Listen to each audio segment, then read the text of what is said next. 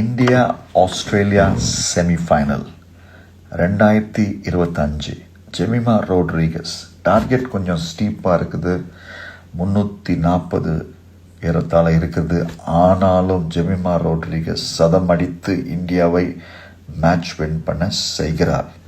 2 முறை ரேம்ப் ஷாட்டை அடிக்கிறார் இந்த இன்னிங்ஸில். ஒன்று இன்னிங்ஸ் ஸ்டார்ட்டில் அடித்தாங்க, இன்னொன்று மேட்ச் முடியும் போது அதே ரேம்ப் ஷாட்டை அடித்தாங்க.